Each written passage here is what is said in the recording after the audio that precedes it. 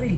Takot na takot ang mga nakatira sa bahay na ito sa Norzagaray, Bulacan nang sinugod sila ng isang armadong lalaki at dalawa niyang kasama. Labas na kayo!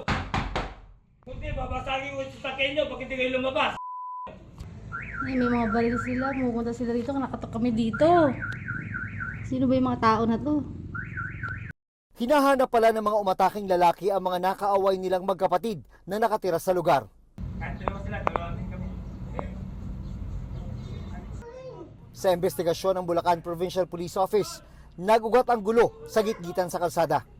Nagkainitan daw ang magkapatid na sakay ng SUV at ang dalawang nakamotorsiklong sumugod sa lugar. Nakainom daw ang mga nakamotorsiklo nang mangyari ang gitgitan. Hoy! Lumabas kayo!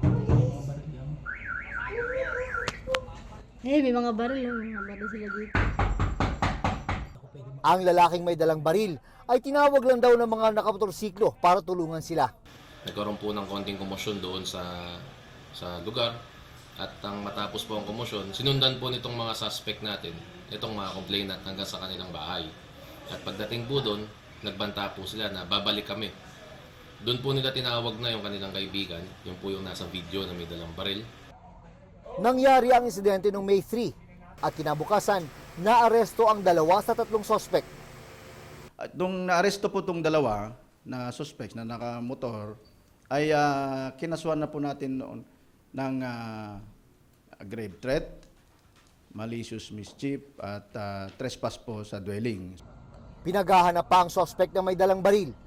Pero sinampahan na rin siya ng reklamong paglabag sa Comprehensive Firearms and Ammunition Regulation Act matapos matukoy ang pagkakakilanlan.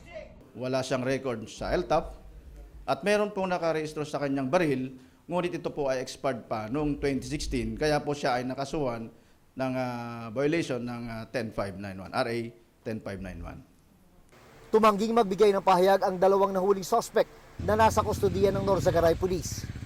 June Veneracion, Nakatutok, 24 Oras.